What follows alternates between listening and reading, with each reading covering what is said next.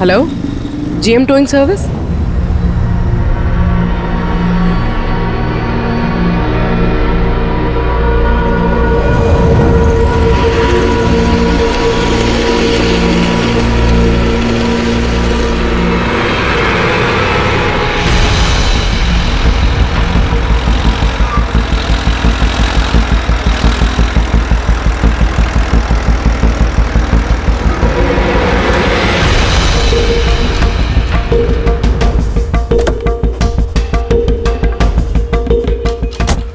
Madam? जी, मैंने GM towing service में फ़ोन किया था। ये तो स्पीड है।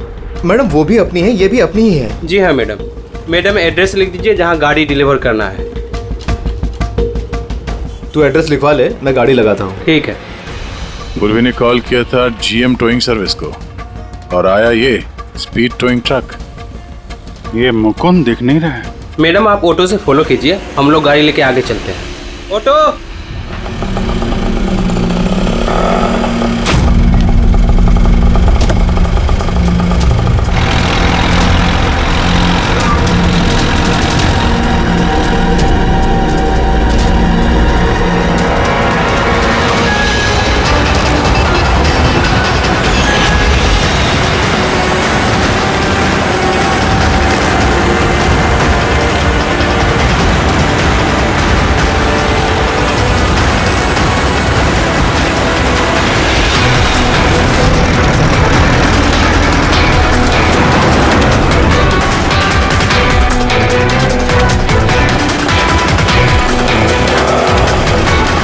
क्या हुआ? पता नहीं मैडम, ये गाड़ी क्यों बंद हो गई?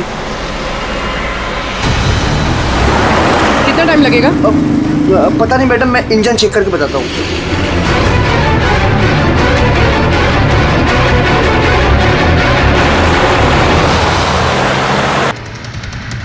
अब मैडम वो गाड़ी के इंजन में कुछ प्रॉब्लम हो गया, तो थोड़ा टाइम लगेगा, तो आपको दूसरा ऑटो करवा दूँ? दूसरा ऑटो क्यों?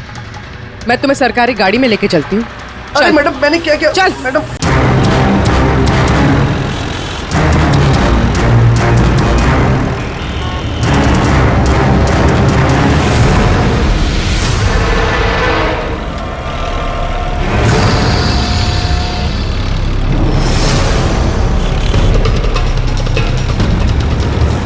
उस्ताद बहुत डर लग रहा है। पप्पू देख, तू टेंशन ना ले। तू टेंशन लेता है ना तो मेरा भी टेंशन बढ़ जाता है यार। प्रेशर डाउन रख अपना।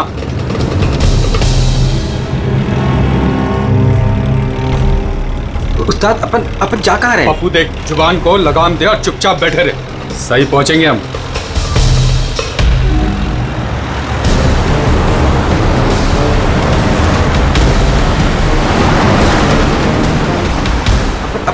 लेफ्ट लेफ्ट बाई तरफ ले। पप्पू तू चुप करेगा यार, मरवाएगा तू। तेल पानी चेक किया तूने, अपना काम किया तूने।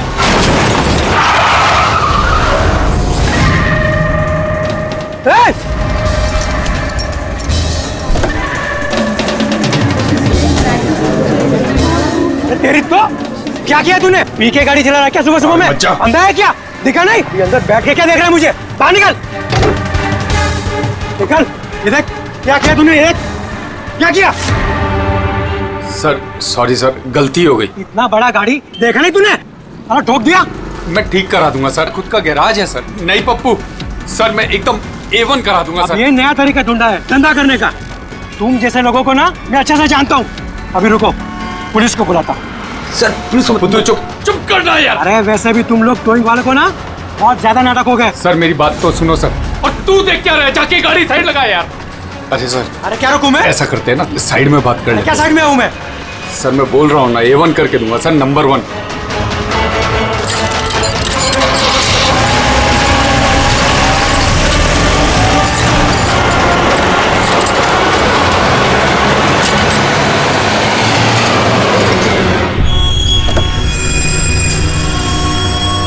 बोलो, अभी क्या बात कर रही है? सर मैं आपको जुबान देता हूँ सर, आप मेरे गैराज आ जाओ, मेरा लड़का एकदम नंबर 1 करके देगा आपको गाड़ी।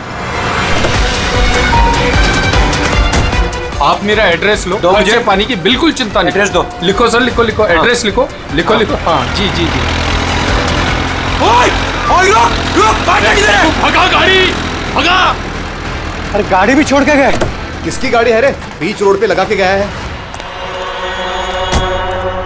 किसकी गाड़ी है ये? कहाँ है इसका ड्राइवर? टोइंग वाला इसे छोड़ के भाग गया।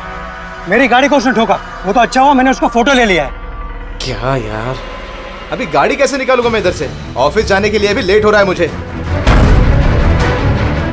अरे इस गाड़ी में तो लाश है। लाश?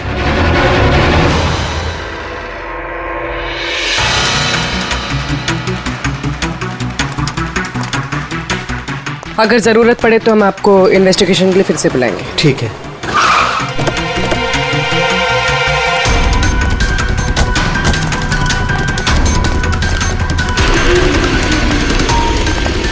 क्या पता चला? सर क्राउड की स्टेटमेंट्स ले लिए। ट्रक पे जिप-जैक टोइंग और रिकवरी लिखा हुआ था।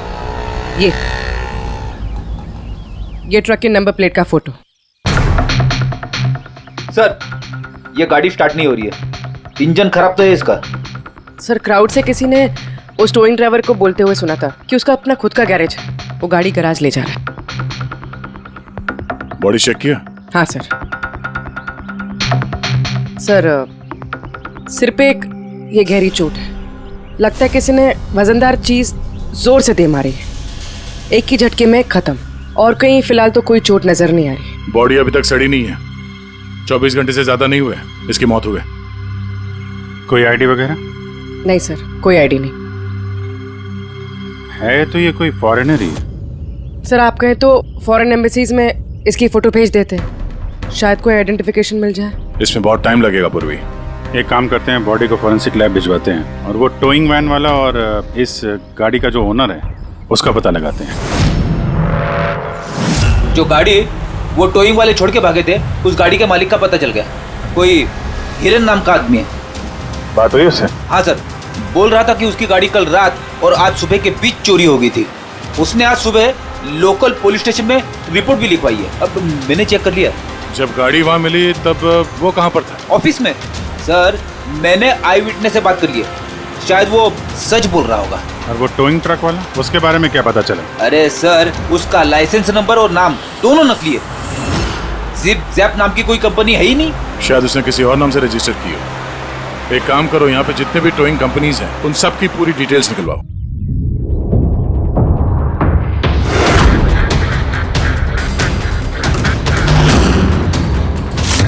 हम लोग सीआईडी से हैं। अच्छा हुआ सर आप लोग आ गए। मैं आप लोगों को फोन करने ही वाला था। वो क्यों?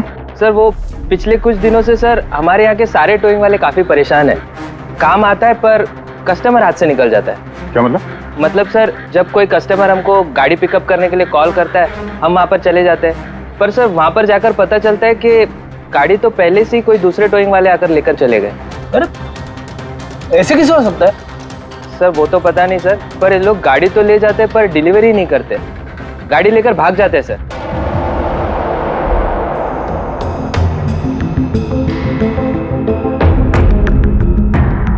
इसकी मौत 18 से 24 घंटे के बीच हुई है।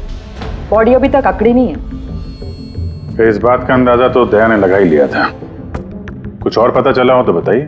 भाई साहब एक तो किस्मत बहुत अच्छी है तुम्हारी कि तुम्हारे साथ डॉक्टर सालुक है, और दूसरा ये देखो। ये क्या? ये इसके हाथ पे से मिला है फिंगरप्रिंट। किसके? ये ऑब्वियसली जिसने पकड़ा होगा उसके होंगे नहीं आप? मतलब फिंगरप्रिंट्स अभी भी बिल्कुल फ्रेश हैं, मिटे नहीं हैं। सर ये बहुत अच्छी लीड दे दी आपने। दे दी ना? तो एक काम करो, इस लीड को लेकर के जाओ और पता करो ये फिंगरप्रिंट्स आखिर हैं किसके। तब तक मैं इसकी ऑटोप्सी कर लेता हूँ। सर मैं ये फिंगरप्रिंट्स अपने क्रिमिनल डेटाबेस में मैच करके देखती हूँ।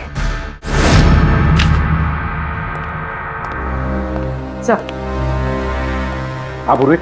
सर फिंगरप्रिंट्स का मैच मिल गया है। मुकुंद हमारे क्रिमिनल डेटाबेस में था। अरे तो वही कारतीब है मुकुंद, गाड़ियां चुराने वाला। काफी बार जेल भी जा चुका है इसके लिए। यही है सर। सर वहां पे जो क्राउड था उनमें से कुछ लोगों ने टोइंग वालों को करीब से देखा था सर, और उनकी मदद से ये 2 स्केचेस बनवाए मैंने।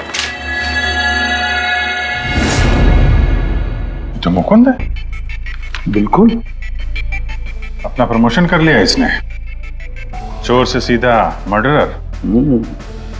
अभिजीत हो ना हो, इस मुकुंद ने ही इस औरत को मारकर उसकी बॉडी को किसी बंद गाड़ी की डिक्की में रखा है। और सर वही उस कार को टो करके ले जा रहा था।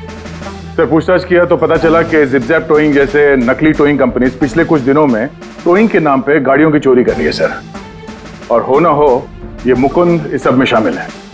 लेकिन सर हमारे पास कोई सबूत नहीं है इसके खिलाफ। एग्जैक्टली सर, अब हम इसे पकड़ेंगे कैसे? रंगे हाथों। जूम टोइंग सर्विस जी, मेरी गाड़ी पीवी रोड के टर्न पे बंद पड़ गई है। अब अपना टोइंग ट्रक भेज देंगे? ओके ओके, जल्दी आइए प्लीज। हाँ,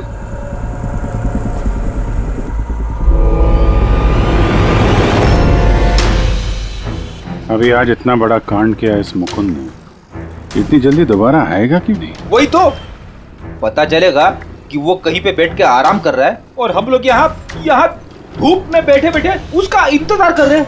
रिलैक्स फ्रेडी, वो आएगा जरूर। लालच इंसान को आराम करने नहीं देती। अब देखना यह है कि पूर्वी की गाड़ी को टो करने के लिए आता कौन है, जूम टोइंग सर्विस या मुकुंद।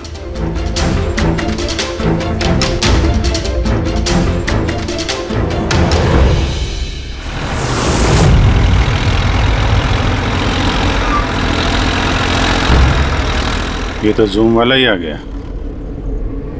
एक्चुअली गाड़ी स्टार्ट हो गई है, आप जा सकते हैं। Thank you so much.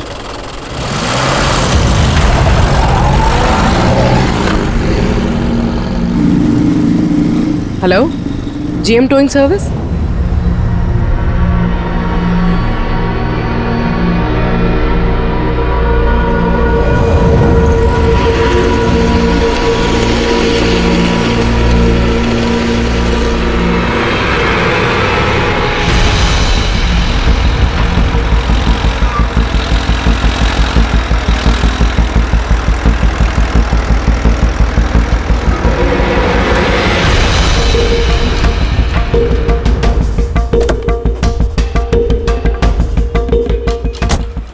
जी, मैंने जीएम टोइंग सर्विस में फोन किया था। ये तो स्पीड है। मैडम वो भी अपनी है, ये भी अपनी ही है। जी हाँ मैडम। मैडम एड्रेस लिख दीजिए जहाँ गाड़ी डिलीवर करना है।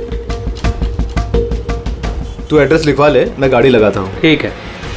पूर्वी ने कॉल किया था जीएम टोइंग सर्विस को और आया ये स्पीड टोइंग ट्रक। ये मुकुंद दिख नहीं रहा है। मैडम आप ऑटो से फॉलो कीजिए, हम लोग गाड़ी लेके आगे चलते हैं। ऑटो।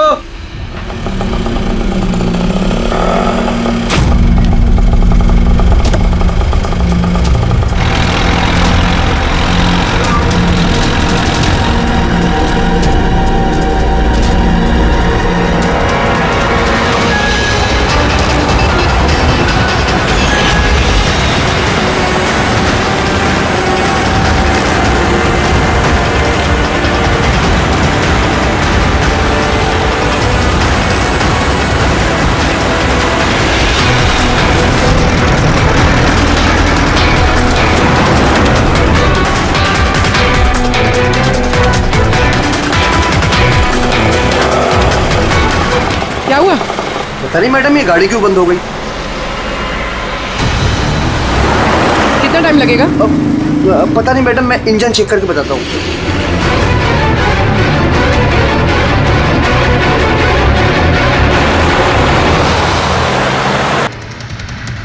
अब मैडम वो गाड़ी के इंजन में कुछ प्रॉब्लम हो गया, थोड़ा टाइम लगेगा, तो आपको दूसरा ऑटो करवा दूँ? दूसरा ऑटो क्यों? मैं तुम्हें सरकारी गाड़ी में लेके चलती हूँ। अरे मैडम मैंने क्या किया? चल मैडम।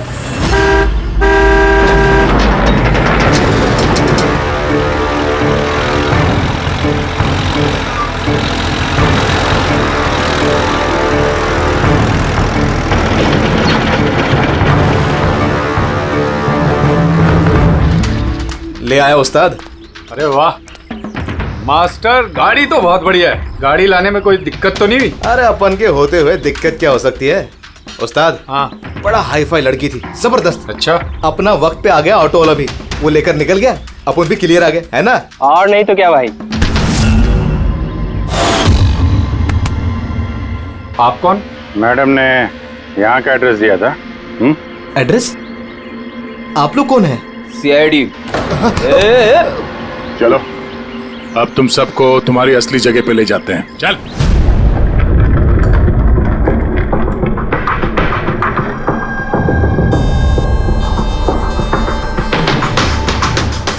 मुकुंद। बताओ क्या हुआ? चोरी कर करके बोर हो गया था तो फोन करना शुरू कर दिया है? बहुत खेल लिया पकड़ा पकड़ी। अब ये बता कि वो लड़की कौन थी और तूने उसको क्यों मारा? सर मैंने उसको नहीं मारा। सर मैं मानता हूं मैं चोर हूं, लेकिन मैं किसी का खून नहीं करूंगा। झूठ बोलता है। तुम्हारी उंगलियों के निशान कैसे आए उसके बॉडी पर? सर मैं सच कह रहा हूं सर, मैंने उसका खून नहीं किया। सर जब वो लड़की मुझे मिली वो तो पहले से ही मरी हुई थी। क्या कहा? पहले से ही मरी हुई थी? हाँ सर, मैं सच कह रहा हूँ सर। मेरा तो कार चोरी का छोटा सा बिजनेस है बस। हाँ, छोटा सा बिजनेस है, उसका हिसाब किताब हम बाद में कर लेंगे। मेरा मतलब है आसपास जितने भी टोइंग वाले हैं ना, मैंने उनका फोन नंबर टैप कर रखा है और जैसे ही उनको किसी भी कस्टमर का फोन आता है ना, मुझे पता चल जाता है। और इससे पहले कि वो लोग वहां पहुंचते तुम अपने आदमियों के साथ वहां पहुंच जाते थे और कस्टमर्स की गाड़ी गायब। ये बता, वो लड़की कहां से मिली तुम्हें? कैसे मिली? आज सुबह टोइंग वालों को एक फोन आया, मुझे मालूम पड़ा तो बस मैं अपने आदमी को लेकर पहुंच गया लोकेशन पर। अच्छा हुआ आप आ गए। आपने ही फोन किया था? जी मैंने फोन किया था आपको। ये तो मना कर रहे थे जरूरत नहीं है। मैंने कहा भाई क्यों जरूरत नहीं है, अब गाड़ी बंद पड़ गया है तो क्या सर पे उठा कर लेके जाएंगे? भाई साहब बेचारे का गाड़ी रोड पे रुक गया है। हमने तो बहुत ट्राई किया धक्का मार के स्टार्ट करने की, लेकिन स्टार्ट ही नहीं हुआ। आप बात कर लीजिए, टो करके कहाँ छोड़ना है? साहब गाड़ी का डिलीवरी करानी है, आप अपना एड्रेस लिख दो, हम लोग छुड़वा देंगे। सर बड़ा ही कोई अजीब सा एक एड्रेस उसने लिख कर दिया था, शहर से दूर कहीं कोने में। मैंने पूछा नहीं क्योंकि मुझे लगा मुझे वैसे भी कौन सी वहां गाड़ी लेकर जानी है। रिक्शा साहब, हम लोग आपकी गाड़ी लेकर आगे चलते हैं, आप ऑटो में बैठ के पीछे से आओ। रिक्शा वाला हमारा ही आदमी था, उसको मालूम था क्या करना है। कस्टमर को रिक्शा में लेके बैठने था और किसी सुनसान जगह पर जाकर पहुंचा देना है और रिक्शा रोक देना है। अगर कुछ पूछे तो बोलने का है कि रिक्शा में कोई प्रॉब्लम है, और जब तक हम गाड़ी लेकर दूर ना पहुंच जाएं तब तक रिक्शा स्टार्ट नहीं करना, ताकि कस्टमर हमें पकड़ ना पाए। और फिर जैसे ही हम गैरेज पहुंचे,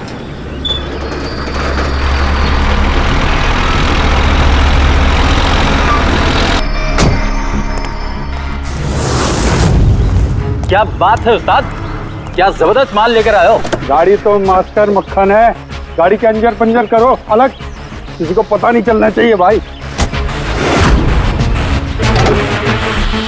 उस्ताद जी कौन है? अबे क्या हुआ पप्पू? भाई ये तो मरी हुई लड़की है, डेड बॉडी है उस्ताद। तेरी ये लड़की इस गाड़ी में कहां से आ गई?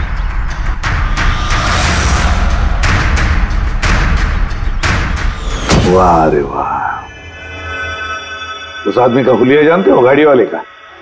सर उसका स्केच बनाओ हमारे लिए। सर ये है वो आदमी जिसका स्केच मुकुंद ने बनवाया था, लेकिन ये ठीक नहीं लग रहा सर। ऐसा लगता है कि ये अपने हुलिया के पीछे कुछ और ही है। इसकी दाढ़ी नकली लग रही है सर। मुकुंद, टोइंग कंपनी से मिला मुकुंद और ये उसका पार्टनर पप्पू, और मुकुंद से मिला ये दाढ़ी वाला जो गाड़ी चला रहा था। और ये बेचारी लड़की कौन है? ये कौन है? मैं बताता हूं बॉस, ये लड़की कौन है। कौन?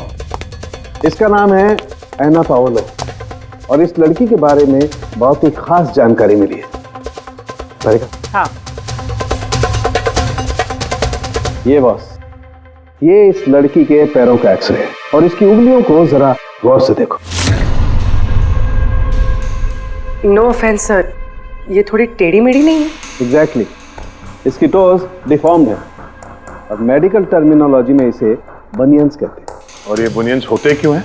भैया बहुत ही टाइट नुकीले जूते पहनने की वजह से, ऐसे जूते जिसमें उंगलियों को जरा भी जगह नहीं मिलती और उंगलियां एक दूसरे पर चढ़कर सिकुड़ जाती हैं, दब जाती हैं। पैरों का अंगूठा बाकी उंगलियों को दबा देता है, जिसकी वजह से अंगूठे का जॉइंट यानी मेटाटार्सोफेरेनियल जॉइंट इस तरह से टेढ़ा हो जाता है। ऐसी क्या मजबूरी है सर कि ये शूज पहनना कंपलसरी है? प्रोफेशनल मजबूरी, अपने काम की मजबूरी की वजह से। जैसे कि बैले डांसर्स को ऐसे ही जूते पहनने पड़ते हैं, उन्हें अपनी टोज पर ही डांस करना होता है। बैले डांसर, अंगूठे पे हद से ज्यादा प्रेशर पड़ने की वजह से ऐसा होता है। एग्जैक्टली दया। और एक बैले डांसर को कम से कम 5-6 घंटे तो ऐसे जूते पहनने ही पड़ते हैं, इसीलिए बैले डांसर्स में ये बनियन काफी कॉमन होता है। शायद ये ऐना भी बैले डांसर थी। ऑटोप्सी में और क्या मिला? चीक इम्प्लांट्स। अब ये नया क्या है? कॉस्मेटिक सर्जरी का एक हिस्सा होता है, ज़्यादातर सेलिब्रिटीज इसे इस्तेमाल करते हैं। अगर किसी को अपने किसी बॉडी पार्ट को एनहांस करना होता है, थोड़ा बड़ा या प्रोमिनेंट दिखाना होता है अच्छा दिखने के लिए, तो वो उस हिस्से में ऐसा इम्प्लांट डालते हैं, कुछ भी, जैसे चीक्स, चिन, हिप्स, कोई भी पार्ट। मतलब उसने अपने गालों में इम्प्लांट किया था? हाँ ब्रेडी, और इसी इम्प्लांट की वजह से मुझे इस लड़की की जानकारी मिली। बॉस, हर इम्प्लांट में एक खास सीरियल नंबर होता है, और जब मैंने इस लड़की के इम्प्लांट का सीरियल नंबर पता किया और जानकारी की, तो इसका नंबर जाकर के मिला रशिया में, मॉस्को में।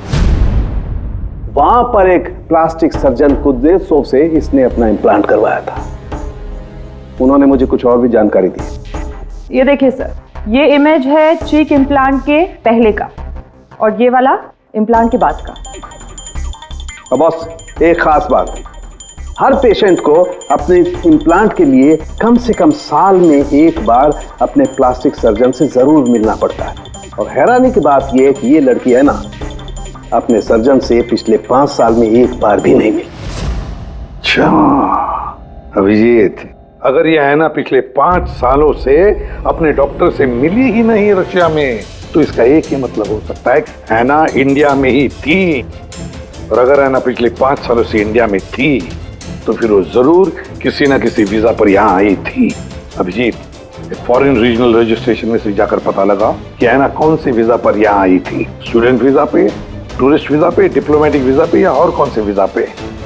और ये भी पता लगा कि क्या उसने रेसिडेंसी के लिए रिक्वेस्ट भी किया था क्या, है ना? सर। हाँ पूरी। सर, मैंने आना पावलोव के नाम से इंटरनेट सर्च किया तो भर के आर्टिकल्स आ गए। मोस्टली सारे आर्टिकल्स 4-5 साल पुराने। आर्टिकल्स? क्या लिखा क्या है आर्टिकल में? सर, लिखा है कि एना मॉस्को की फेमस बैले डांसर थी, जिसकी मौत अपनी ही गाड़ी में आग लगने से हो गई। क्या?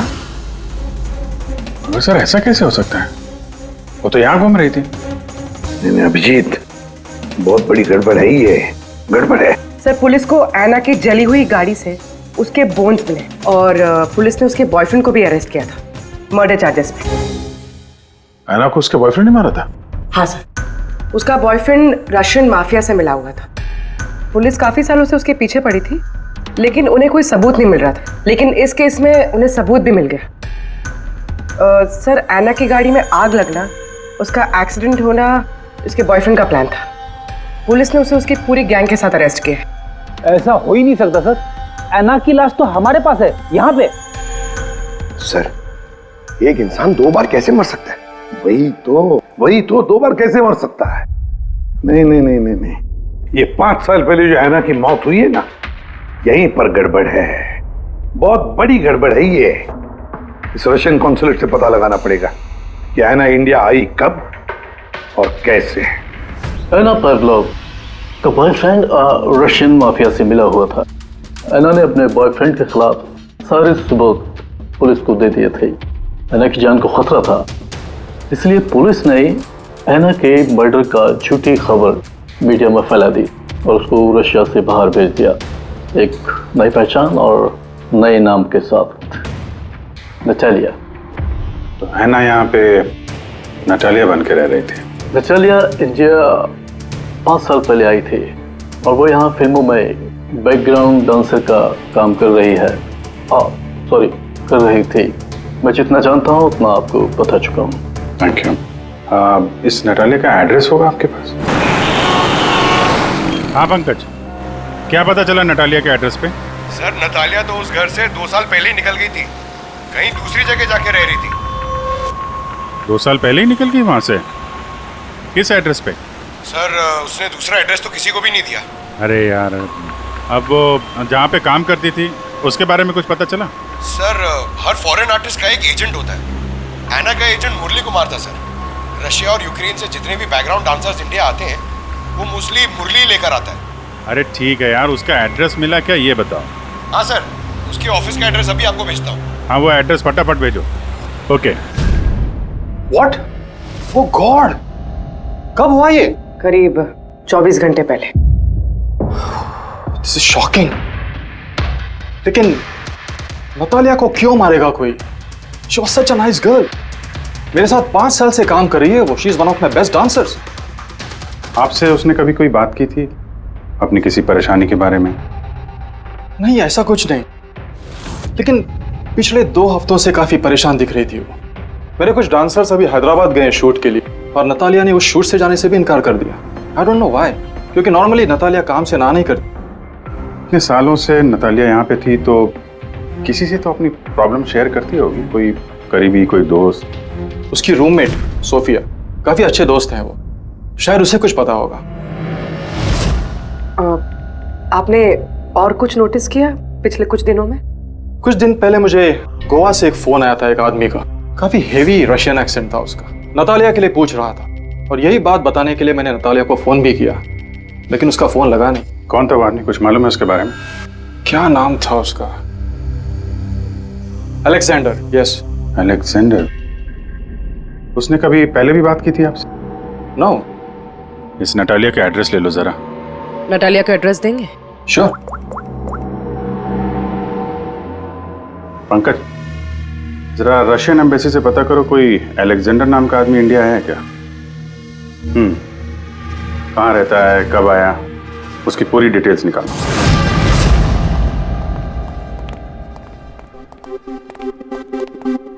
सही है। इतने सारे न्यूज़पेपर, तो काफी दिनों से कोई घर पे था नहीं। सर 5 पेपर्स हैं।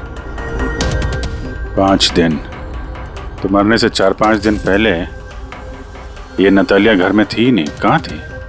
सर हो सकता है वो अलेक्जेंडर और उसके रशियन बॉयफ्रेंड के डर से कहीं जाकर छुप गई हो।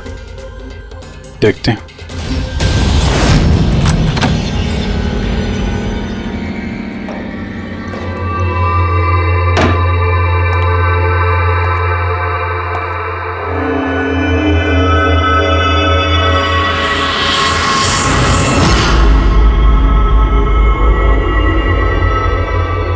सारी चीज अपनी जगह पे है, कहीं कुछ हाथापाई के निशान दिख नहीं रहे। ऐसा लगता नहीं है कि नतालिया का खून यहां पे हुआ है।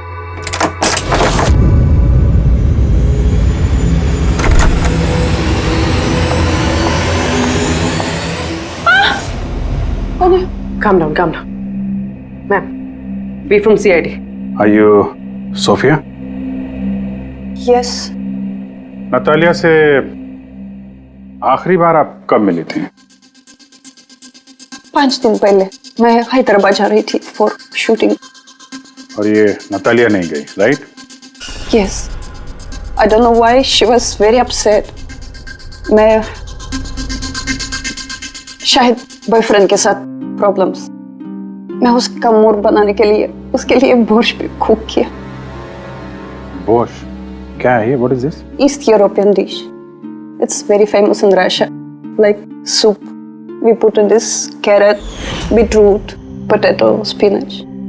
Very tasty. नतालिया का फेवरेट था। बेचारे लड़की। और रशिया में भी खुश नहीं थी और इंडिया में भी अनहैप्पी। आपको उसकी पास्ट लाइफ के बारे में कुछ पता है? थोड़ा थोड़ा। वो बहुत नहीं बोलती थी अपने बारे। आई थिंक कि उसका बॉयफ्रेंड भी उसको भी नहीं पता होगा। बॉयफ्रेंड? ये बॉयफ्रेंड कौन है, कुछ आइडिया है आपका?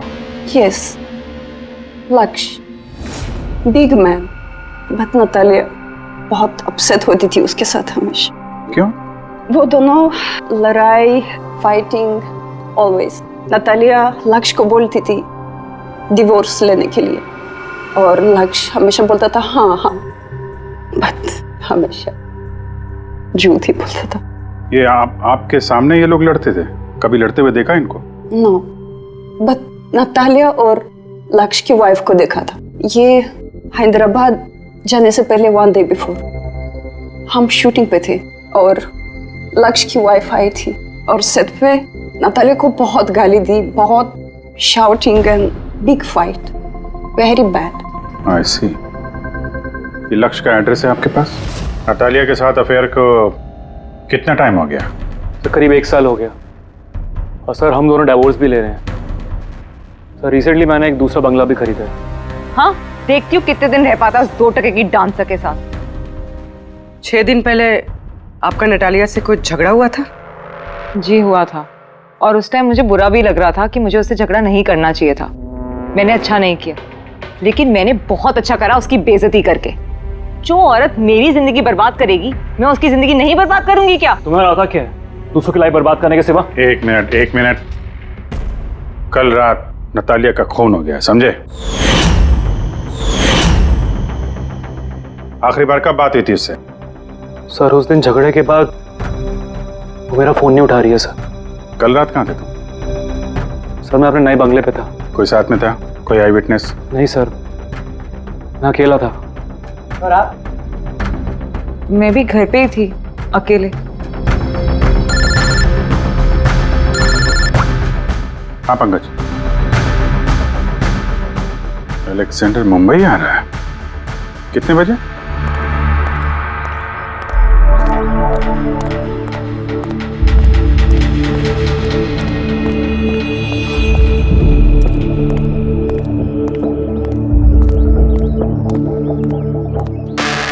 Alexander? Yes. CID.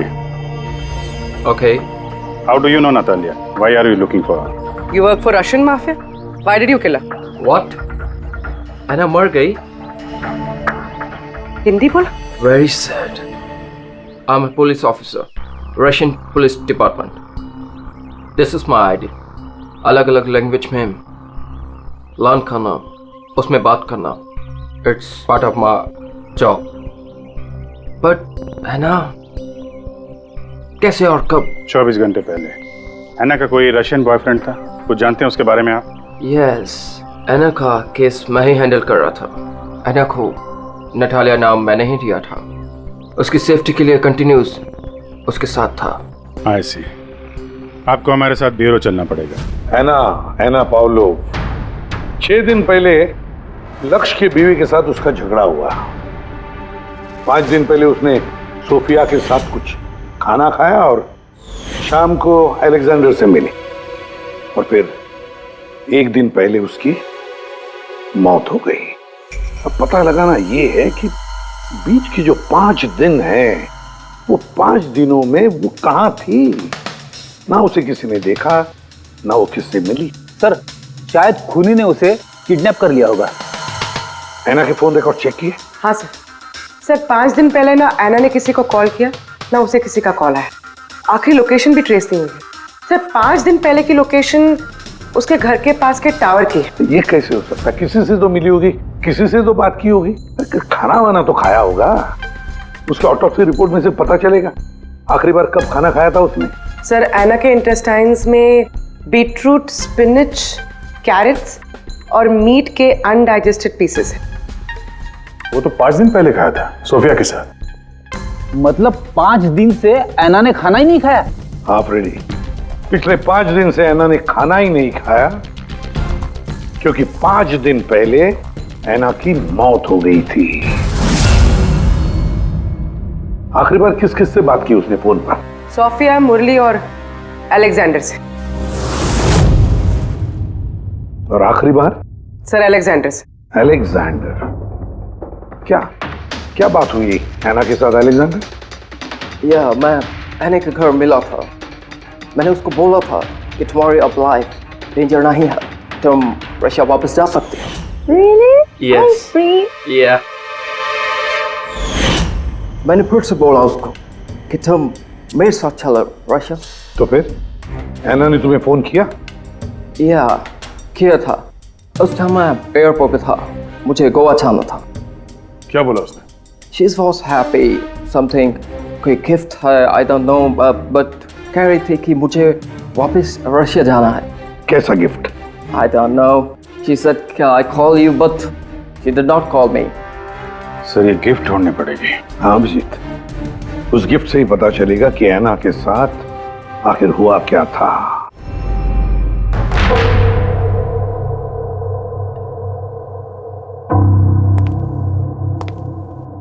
आपने कुछ अलग देखा? Like, did you see something different? No, मैं इस कमरे में नहीं आई थी। ये नतालिया का कमरा है। नतालिया को हाल ही में कोई गिफ्ट मिला है। उस गिफ्ट के बारे में कुछ आपको मालूम है? नहीं। अभिजीत, गिफ्ट बॉक्स तो है लेकिन खाली है, कुछ नहीं अंदर।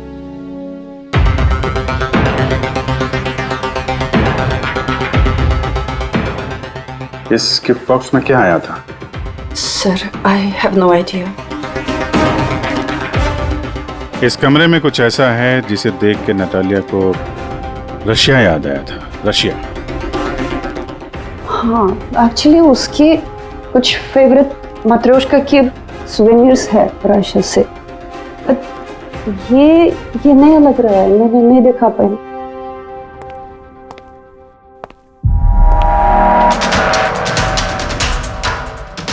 ये नया है?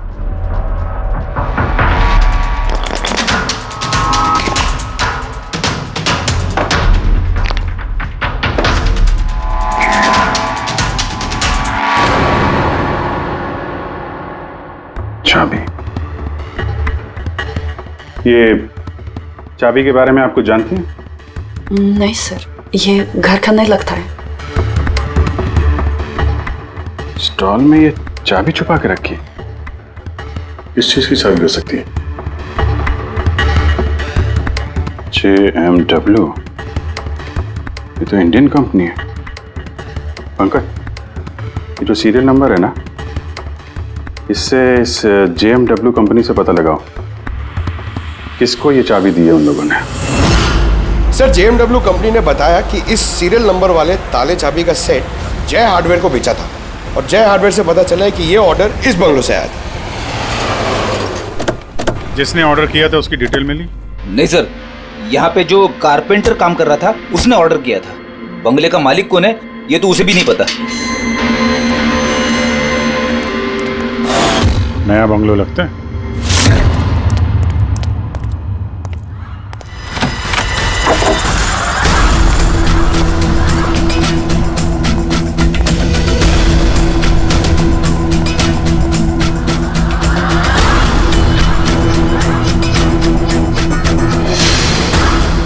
काफी प्यार से घर बनाया है। पूरा घर छान मारो, देखो क्या मिलता है।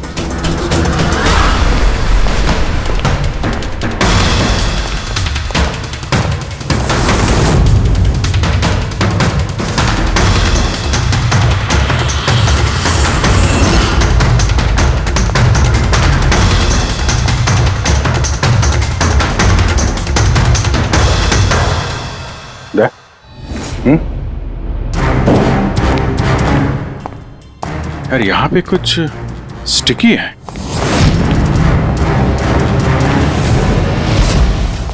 सर, बाथरूम में कोई है, मालिक ही होगा। इंतजार करो उसका, वहीं पे रहो, बाहर भागने ना पाए वो।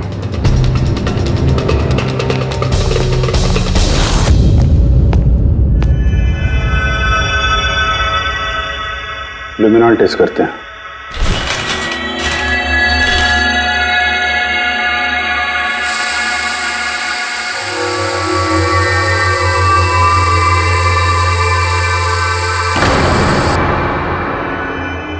माय गॉड, या तो काफी खून है। लगता है ऐना को यही मारा गया।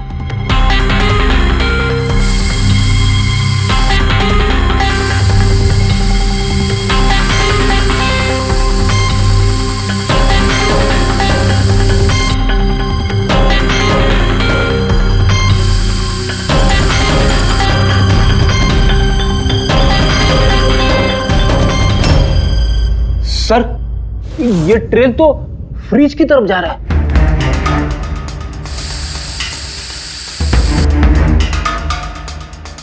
तो फ्रिज खून से भरा हुआ था। लगता है ऐना को मारने के बाद बॉडी ठिकाने लगाने से पहले यहाँ फ्रिज में ही रखा था, इसलिए ऐना की मौत का टाइम हम ठीक से एनालाइज नहीं कर पाए। सर काफी देर से नहा रहा है। चलो देखते हैं जरा।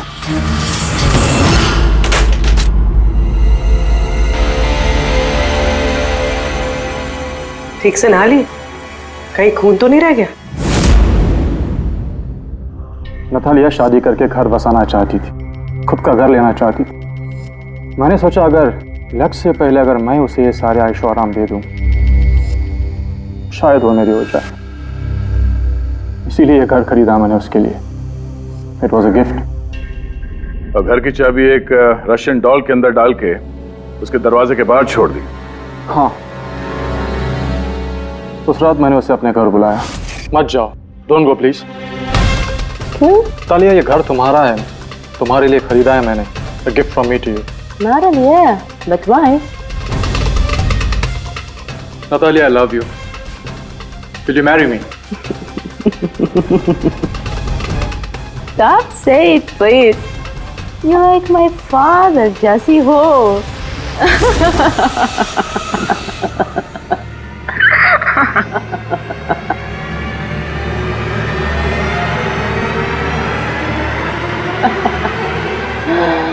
Oh my God.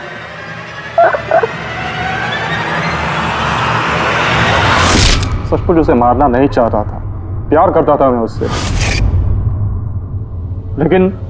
लेकिन तुम अपने गुस्से पे कंट्रोल नहीं कर पाए। सर मुझे समझ में नहीं आ रहा था क्या करूं। सबसे पहले नतालिया की बॉडी को फ्रिज में डाला ताकि आसपास में किसी को बदबू ना आए। फिर 5 दिन बाद हमारी शूटिंग्स के क्वेश्चन बॉक्स में से नकली दाढ़ी मूंछ निकाली और अपना हुलिया बदला। फिर किसी लोकल चोर को पैसे देकर एक गाड़ी खुलवाई और नतालिया की लाश को उसकी डिक्की में डाला। सोचा बॉडी शहर से कहीं दूर ले जाकर डंप कर दूंगा और किसी को पता तक नहीं चलेगा।